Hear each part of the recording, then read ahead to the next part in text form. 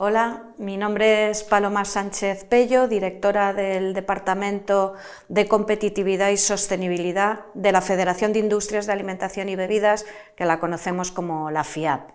Es un placer estar en este curso de un tema tan relevante como es la economía circular y la sostenibilidad en general. Una introducción previa para que todo el mundo conozca lo que es la Federación. Nosotros representamos a la industria de alimentación y bebidas. Tenemos asociadas 44 asociaciones sectoriales que representan prácticamente el 100% del sector, porque tenemos pues desde todas las bebidas, el agua, las bebidas refrescantes, los zumos y todos los alimentos sólidos, cárnicos, los pollos. Tenemos también los platos preparados, los vegetales, en fin, al final pues todos los alimentos se encuentran representados dentro de la Federación. Como se puede ver en la diapositiva, tenemos nuestro órgano de decisión, que es el Consejo de Dirección, formado por una serie de empresas que representan pues, tanto a empresas grandes como a pymes, que representan a cada uno de los sectores para tener la representatividad global de todo nuestro sector. Algunos datos importantes del sector. El sector es el primer sector industrial del país, algo que no parece cuando se habla del sector de alimentación, porque parecen mucho mayores otros sectores, probablemente porque tengan un número de empresas más grandes que el nuestro, pero nosotros tenemos un sector que incorpora pues, prácticamente 30.000 empresas. Estas empresas están divididas entre pymes y no pymes, y la verdad es que el sector, o una de las principales características del sector, es que más de un 95% de las empresas son precisamente pymes. Por eso, aunque somos el primer sector industrial del país, no parece, cuando se habla de este sector, que sea un sector tan relevante. Algunos datos importantes, y lo voy a mirar para no equivocarme en los datos, es que tenemos una producción real de 145.000 millones de euros, una aportación de ingresos públicos de 48.000 millones, el 39% de empleo femenino. Esto es importante porque somos uno de los sectores que más empleo femenino aportamos, incorporamos, y además es un sector que tiene bastante estable este dato, un 24% de peso en el IPC, y 42.000 millones de euros en exportaciones. Yo creo que con estos datos se deja ver bastante la importancia del sector. Entrando ya en los temas del curso, el tema de la sostenibilidad ambiental y en concreto el tema de la economía circular. El sector es un sector tremendamente implicado en todos los temas de sostenibilidad, en los tres pilares, por supuesto, en el ambiental, en el económico y en el social. Y especialmente en la pata ambiental, porque es un sector que al final toda su materia prima es origen en ese medio ambiente, y por tanto se cuida primero por implicación, por compromiso y por responsabilidad, pero en segundo lugar porque nuestra materia prima, como digo, se genera en ese medio ambiente, y por tanto necesitamos que esté lo más cuidado posible para que nuestros productos tengan la mayor calidad posible. En temas de sostenibilidad se está trabajando en todos los ámbitos. El sector lleva tiempo trabajando en cambio climático, en eficiencia energética, en economía circular, por supuesto, también en temas de reportes de información, en temas de de sostenibilidad en general, hablando de, por ejemplo, huellas, de análisis de ciclo de vida, bueno, yo creo que es un sector al que cualquier tema en este área le afecta y, por tanto, trabajamos y tratamos todos los temas, tanto desde la Federación como, por supuesto, desde las empresas. Si hablamos de los principales temas, pues se puede ver en la presentación la reducción de residuos, los objetivos en materia de energía y cambio climático, la información al consumidor, las nuevas obligaciones que vamos a tener en reportes, el desperdicio alimentario y la huella de carbono. Entrando en la economía circular, nosotros dentro de la economía circular incorporamos fundamentalmente 3 temas importantes. El primero de ellos, el desperdicio alimentario; el segundo, el agua, un tema de futuro total, un país en el que estamos, en el que tenemos periodos de mucha sequía y por tanto que lo consideramos prioritario; y por supuesto todo el área de residuos y de residuos de envases, donde nosotros tenemos mucha responsabilidad, mucha implicación, porque la mayor parte de nuestros productos se venden envasados y por tanto los residuos de envases es uno de los temas claves para el sector. En cuanto al agua, por empezar por uno de los temas, el agua para nosotros también es un factor clave y un factor de competitividad importante, pues junto con la mano de obra o la energía. Nosotros como sector necesitamos utilizar bastante agua, sobre todo porque, a diferencia de otros sectores, nosotros tenemos la obligación y la necesidad de mantener las instalaciones en condiciones estrictas de higiene para cumplir todos los parámetros de seguridad alimentaria. La seguridad alimentaria para el sector, la verdad es que es el punto primero que tenemos como objetivo. La verdad es que en Europa, en España y en Europa, se han alcanzado unos altísimos niveles de seguridad alimentaria que queremos mantener en el tiempo, porque es la clave del éxito del sector y de tener unos productos de tanta calidad como tenemos en España. Por tanto, para nosotros el agua es clave. Necesidades en limpieza, en lavado de materia prima, incluso en algunos casos es parte de nuestra materia prima y por tanto necesitamos cuidar tremendamente este punto, ¿no? Tanto en eficiencia, en consumo, como en emisiones. Se ha trabajado muchísimo en emisiones. La verdad es que la mayor parte de las empresas tienen unos vertidos con unos parámetros de calidad a la hora del vertido, tanto si van a una depuradora municipal como si se hace un vertido directo. Y ahora estamos trabajando sobre todo en poder reutilizar ese agua regenerada para algunos usos que hasta ahora en la legislación teníamos prohibidos, pero que estamos intentando modificar esa legislación para poder utilizar ese agua regenerada, pues tanto en limpieza de las instalaciones como en limpieza de los materiales en contacto con alimentos y en limpieza de la materia prima que es necesario lavar previamente a iniciar todo el proceso productivo. Creemos que esto de aquí a final de año lo tendremos aprobado en la legislación. Hay otros países que ya lo tienen aprobado, el último Francia, que a principios de año ya lo ha permitido, y por tanto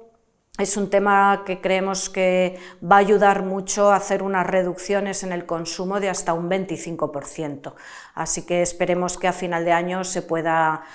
utilizar este tipo de agua para estos usos que he comentado. En cuanto al desperdicio alimentario, otro tema muy importante, y aquí se junta no solo la importancia ambiental, sino la importancia social. Evidentemente es un tema de mucha responsabilidad. Tenemos que llegar a poder alimentar pues, a toda la población, y el desperdiciar alimentos evita conseguir este objetivo. El sector está trabajando muchísimo en temas de desperdicio. Sí me gustaría resaltar un dato importante, y es que cuando se habla del desperdicio en la industria se dan datos tan altos como que se desperdicia un 40% del producto. Eso es inviable, ninguna empresa podría funcionar si el 40% de su producción se desperdicia. ¿Por qué este dato? Que no es que no sea real, es porque están sumados desde el inicio de la cadena, desde la producción primaria hasta la producción de alimentos. Y ahí, bueno, pues los porcentajes sí pueden ser más elevados porque en producción primaria probablemente el porcentaje de desperdicio sea algo mayor. En la industria se desperdicia poco, ya no solo por, como digo, la importancia social, sino porque si se desperdicia mucho producto, al final la rentabilidad de la compañía tampoco funciona, y por tanto los datos de desperdicio no son muy altos. Así todo, el sector lleva mucho tiempo trabajando en ello y seguimos trabajando. Hay muchas cosas que hacer, sobre todo en logística, sobre todo en que las líneas de producción lleven una eficiencia muy buena y no haya problemas de ninguna pérdida. Sobre todo también en cómo hacer donaciones, en cómo utilizar los subproductos, los coproductos que nosotros llamamos, o algunas otras cosas en temas de energía, en temas de materia prima para otros sectores. Bueno, se está trabajando en muchos ámbitos, mucho también en innovación y mucho, y sobre todo, diría yo, en la concienciación del consumidor para poder utilizar ese producto y no desperdiciarlo sin necesidad. Y yo creo que estas son las áreas más importantes de trabajo dentro del área de desperdicio. Tenemos ahora mismo un proyecto de ley en puertas también. En principio también creemos que a final de año este proyecto de ley estará publicado. Ahora mismo en trámite parlamentario, y bueno, tenemos trabajo de aquí a final de año para que esta ley quede lo mejor posible, tanto para el ámbito social, como digo, que es uno de los temas claves en este tema, como para que las industrias puedan cumplir con tranquilidad y seguridad la ley. Y por último, el tema de residuos y residuos de envases, un tema clave para el sector por los impactos que podría generar si no se gestiona de manera adecuada. Una introducción: hace ya unos años la Comisión Europea publicó el paquete de economía circular, un paquete de unas 7 directivas de distintos flujos de residuos, 2 de las cuales a nosotros nos afectaba de pleno. Por un lado, la Directiva Marco de Residuos y por otro lado, la Directiva de Envases. En paralelo a este paquete de economía circular se publicó también una directiva de plásticos de un solo uso, una directiva que se gestó en un tiempo récord en la Comisión Europea, en la tramitación europea. Yo creo que ha sido una de las directivas que más rápido se tramitó y se publicó. Bueno, pues hace unos 5 años nos encontramos en España con la necesidad de transponer 3 directivas europeas, la de residuos, la de envases y la de plásticos de un solo uso, que a nivel nacional se han traspuesto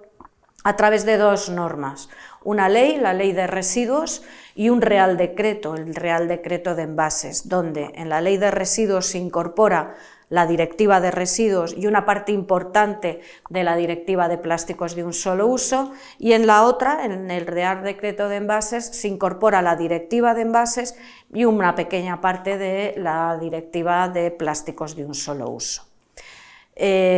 Bueno, todo esto se ha traspuesto a nivel nacional, como digo, a través de esta ley y este Real Decreto. Están aprobados y publicados desde el año 2022 y ahora estamos en el momento clave de empezar a implantar todas las medidas que esta legislación, que estas normativas imponen para el sector.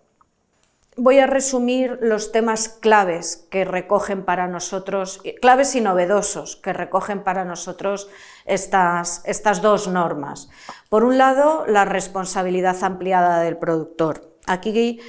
cambia mucho las medidas y las formas de trabajar realmente. esta nueva legislación, estas nuevas normativas van a hacer que las empresas tengan un cambio del modelo de negocio muy importante.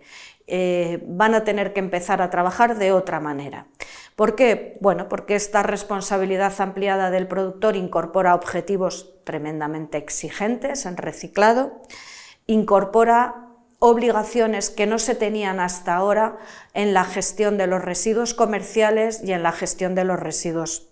industriales. Se tenían estas obligaciones para los residuos domésticos, pero no para estos dos flujos de industriales y comerciales. Entonces, a partir del año que viene, a partir de enero del año 25, las empresas tendrán la obligación de participar en un SCRAP, en un sistema de gestión de residuos, tanto para comerciales y como para industriales, que, como digo, hasta ahora solo tenían obligación de participar con los envases domésticos. Esto va a cambiar bastante el panorama de gestión, porque además de tener que hacer o que participar en estos scraps, tanto para industriales, comerciales y domésticos, se abre la posibilidad de que se monten nuevos scraps y que no estén operando exclusivamente Ecoembes, que es un scrap que lleva funcionando desde el año 98, gestionando envases domésticos de todos los materiales excepto el vidrio, y Ecovidrio, que es el scrap que ha estado funcionando también desde esa época en envases, en la gestión de los residuos de envases de vidrio. Ahora se abre la posibilidad de nuevos scraps y, por tanto, se entrará en una gestión de envases con mayor competencia, que esperamos que para las industrias sea muy positivo para poder optar por la mejor solución para cada una de las compañías. También tenemos un objetivo muy importante de recogida separada, objetivo que hasta ahora no se tenía, siempre han sido objetivos al final, objetivos de reciclado, pero no se habían incorporado objetivos de recogida separada. Esta nueva legislación los incorpora y además los condiciona. Es decir, cuando no se cumplan esos objetivos de recogida separada, se tendrá que montar un sistema de depósito, devolución y retorno para envases de un solo uso. Unos sistemas complejos, complicados, que también, si al final acaban de tenerse que montar, van a complicar mucho la gestión de los envases, porque saldrá un flujo de los scraps, que sería el flujo de las bebidas, para ir a estos sistemas de depósito, mientras que el resto de envases se quedarían dentro de los scraps. Es decir, no se puede montar un sistema de depósito, devolución y retorno exclusivo y que gestione todo. Esos sistemas solo gestionan cierto tipo de envases y, por tanto, tienen que convivir con los sistemas tradicionales o de reciclado que tenemos hasta el momento. Esto en cuanto a la responsabilidad ampliada del productor, pero se incorporan cosas muy novedosas en esta legislación. Por ejemplo, se incorpora la obligación de incorporar ciertas referencias de envases, de productos, en la distribución comercial, que sean envases reutilizables, no reciclables. Y hay que poner cierto número de referencias en función del tamaño de la distribución. Esto es novedoso, como digo, porque hasta ahora no había este tipo de medidas impuestas. También tenemos la obligación de incorporar material reciclado en los envases, sobre todo de bebidas, tanto PET como plásticos reciclados. Aquí la problemática para el sector es la falta de material para poder hacer o cumplir con esta medida. El sector de alimentación y bebidas necesita un material reciclado que tiene tiene la necesidad de una calidad superior a las necesidades de otros sectores, porque son materiales que están en contacto con el alimento y tienen que cumplir unos requisitos de migraciones y materiales que otros sectores no tienen que cumplir. Por tanto, no es que haya falta de material plástico o PET reciclado, sino que hay falta de ese material en cantidad y calidad suficiente para el sector, y aquí nos encontramos con un reto importante para poder disponer de este material. Y yo creo que estos son los temas claves que tenemos en este Real Decreto. Es verdad que en paralelo, una vez publicado nuestro Real Decreto, la Unión Europea ha modificado la directiva tanto de residuos como de envases a través de un reglamento que ahora mismo está en tramitación, muy al final de la tramitación. Se ha parado esta tramitación por las elecciones europeas, pero se retomará en septiembre de nuevo y tenemos previsto que el reglamento esté publicado pues, seguramente a final de año.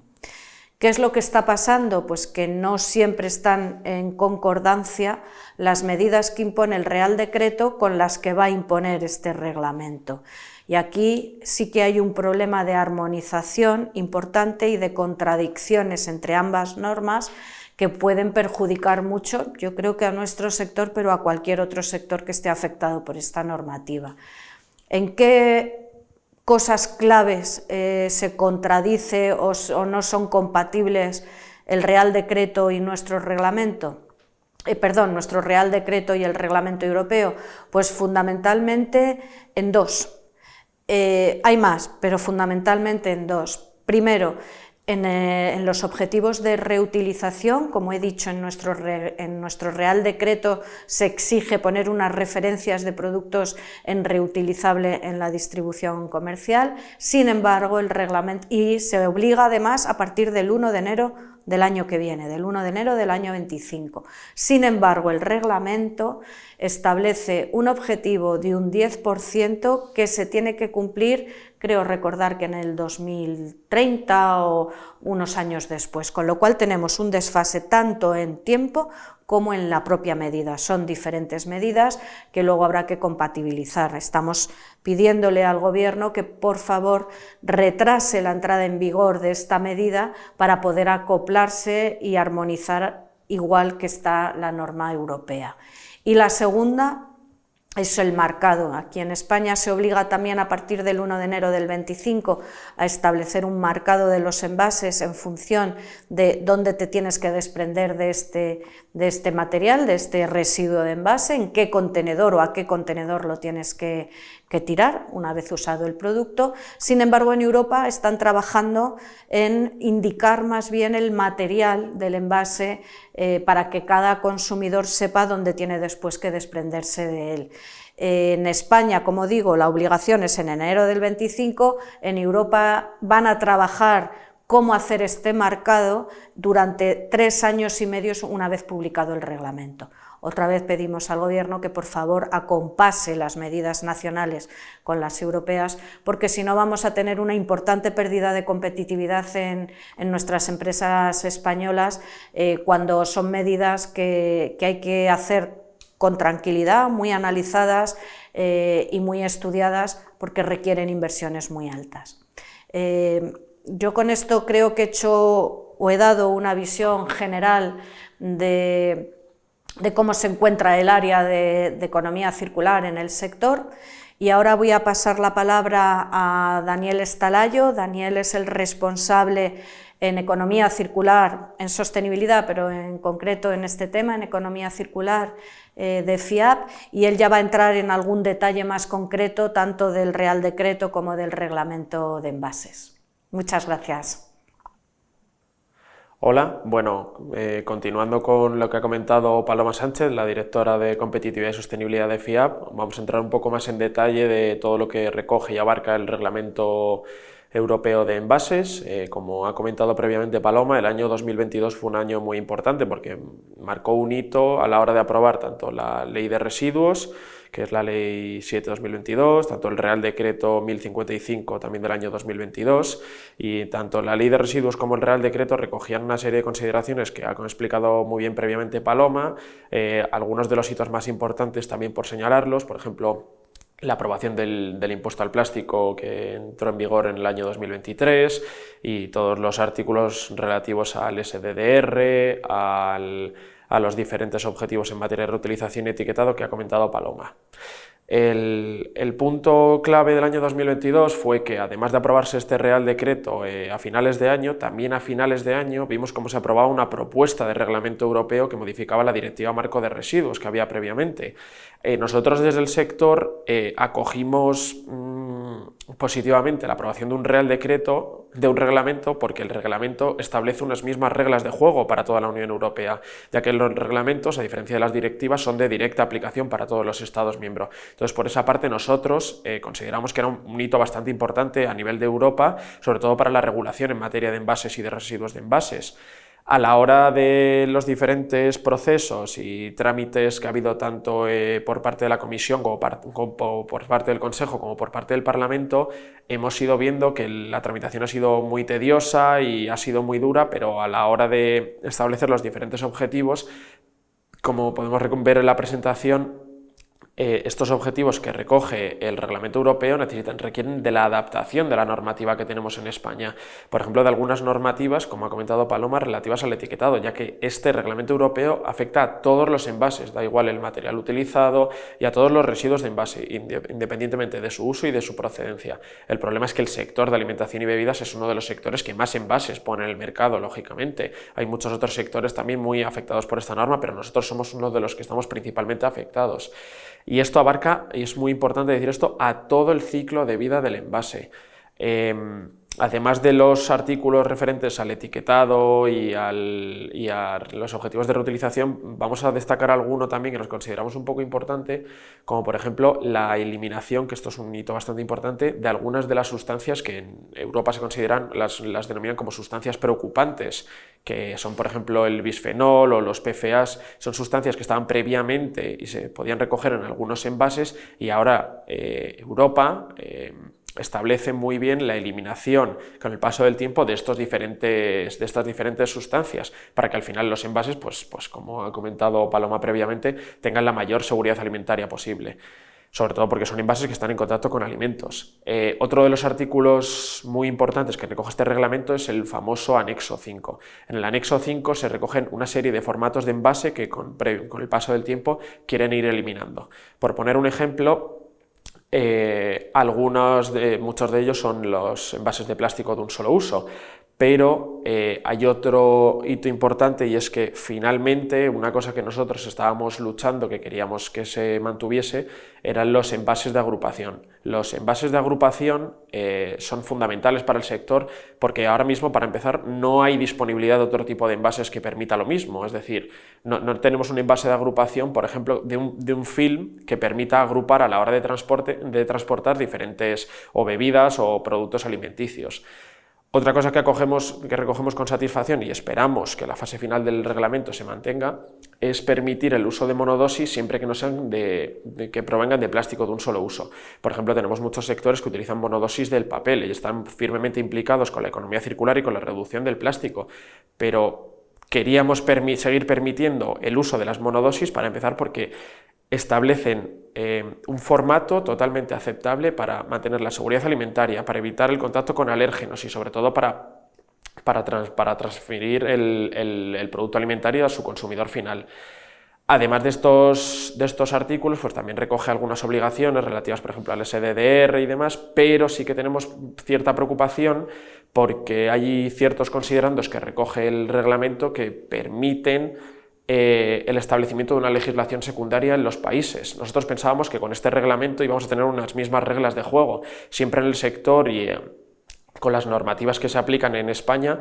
muchas veces estamos en diferentes reglas de juego dependiendo de los objetivos ambientales que establezca un Estado miembro u otro, y por eso acogíamos con satisfacción el reglamento, porque pensábamos que iba a ser de directa aplicación. Pero estas consideraciones que recoge el reglamento para permitir, como por ejemplo con el establecimiento de los SDDRs, una legislación secundaria, pueden derivar en que las diferentes comunidades autónomas de España apliquen un sistema de depósito, de devolución y retorno diferente. Entonces eso, para nuestras empresas que por ejemplo operan en diferentes comunidades autónomas, va a ser difícilmente aplicable. Bueno, continuando con un poco el reglamento, el pasado mes de abril se dio la adopción en el Parlamento Europeo. Entonces ahora los siguientes pasos que vienen para el reglamento, como ha comentado previamente Paloma, esperamos que se termine por aprobar en diciembre del año 2024, para que ya empiece a entrar en vigor en 2025, pese a que todo el texto del reglamento recoge muchos de los artículos y disposiciones que se aprobarán mediante actos delegados con el paso de los años. Pero ahora estaremos, después de las elecciones europeas, en un proceso de correcciones lingüísticas, habrá que estar atento a esto porque al final el idioma principal en el que se aprueba el reglamento, pese a luego las traducciones que se hacen, es el inglés. Entonces ahora abre un proceso en el que a nivel nacional tenemos que seguir muy de fondo, sobre todo la traducción que se hace al castellano, porque hay algunas consideraciones que pueden cambiar o modificarse ligeramente. Entrando un poco en detalle con el tema que ha comentado Paloma de la falta de alineamiento, el reglamento europeo establece unas consideraciones para todos los tipos de etiquetados, o la mayoría de tipos de etiquetados, que en ciertas ocasiones cambia o bien la obligatoriedad o bien la voluntariedad con respecto al Real Decreto de España. Por poner un ejemplo, aquí a partir del 1 de enero de 25 tenemos que marcar en todos los envases la fracción o el contenedor donde se va a depositar el envase doméstico. El reglamento europeo recoge esto como un objetivo voluntario, incluso establece la posibilidad de establecer un código QR que para muchas ocasiones el código QR es una de las posibles alternativas que facilitan la viabilidad de aplicar estas normas. Por poner otro ejemplo, el símbolo del scrap en nuestro Real Decreto Nacional va a ser voluntario, pero en el Reglamento Europeo va a ser obligatorio. Entonces, nosotros consideramos que no tiene mucho sentido comenzar el 1 de enero de 2025 con unas obligaciones en materia de etiquetado para que en 2-3 años, cuando el Reglamento Europeo establezca un etiquetado armonizado para todos los Estados miembros de la Unión Europea, tengamos que cambiar otra vez el etiquetado, sobre todo no solo por el impacto a nivel económico, sino por el impacto ambiental que puede llegar a suponer esto. Otro de los objetivos que difiere tanto en la norma nacional como en el reglamento europeo es el porcentaje mínimo de contenido de plástico reciclado. En España tenemos objetivos en el Real Decreto Nacional aspiracionales, pero que nuevamente empiezan a aplicar a partir del año 2025, pese a que en Europa los tenemos a lo mejor para el año 2030, o como vemos en la presentación, 3 años después de la aprobación de los actos de ejecución, y lo difiere en función de botellas, de envases aptos para el consumo humano o envases diferentes a los anteriores. Y lo mismo nos ocurre con la reutilización. En Europa tenemos unos objetivos que van por diferentes tipos de envases, tanto para el año 2030 obligatorios, como para el año 2040 que son aspiracionales, algo que ocurre y difiere bastante con los objetivos que tenemos en el Real Decreto Nacional de España, que nuevamente van a hacer que las empresas tengan que realizar importantes inversiones para el año 2025, tener que cumplir con todo esto, van a tener que hacer cambios en los lineales, en las cadenas de producción para unos objetivos que a lo mejor en 5 años más adelante tienen que cambiar y nuevamente las empresas van a tener que acometer una serie de inversiones totalmente diferentes. Junto a esto, nosotros lo que esperamos, sobre todo ahora que se va a conformar el nuevo Parlamento Europeo, es que termine de realizar los matices y siempre tengan en cuenta que los objetivos que hay en la Unión Europea, tanto en materia de envases como en otros aspectos y campos, energía, cambio climático, descarbonización, son objetivos que yo creo que las empresas del sector están totalmente alineadas y nosotros siempre estamos a favor de fomentar la economía circular de nuestros envases, la sostenibilidad del sector, acometer objetivos de cambio climático, pero tienen que ser objetivos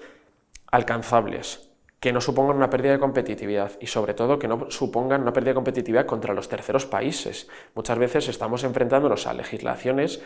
que parece que van en contra de sus propios objetivos. Por mencionar alguna así más relevante que afecta al sector, es el reglamento de deforestación. No es un tema principalmente de economía circular, pero sí que nos afecta gravemente. Es un reglamento que establece unas reglas de juego para la comercialización de productos desde terceros países. Eso lo que puede acometer es una desviación de las importaciones y de los productos que compramos. No quiero ejemplificar con alguno, pero nosotros tenemos mucha materia prima que importamos de países por ejemplo, de Asia o de América. Todas esas materias y productos van a tener que cumplir unos estándares de debida diligencia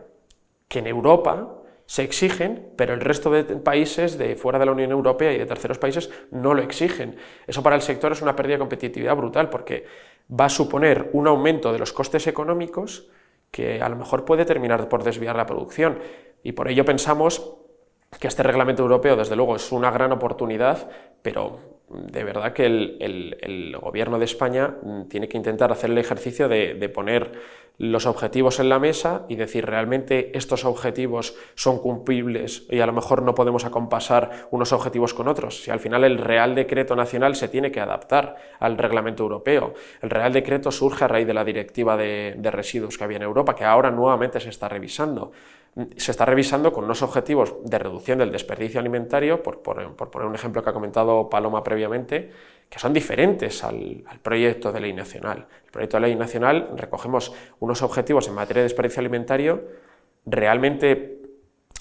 importantes, sobre todo por el compromiso que hay con el Objetivo de Desarrollo Sostenible. Los Objetivos de Desarrollo Sostenible, por ejemplo, el de acabar con el hambre en el mundo. Todos queremos acabar con el hambre en el mundo y para ello creemos que el proyecto de ley de desperdicio alimentario va a ser muy importante, pero consideramos que a lo mejor si en Europa se está revisando la Directiva Marco de Residuos, pues en España tendríamos que intentar establecer los mismos objetivos y las mismas reglas de juego que van a establecer en Europa.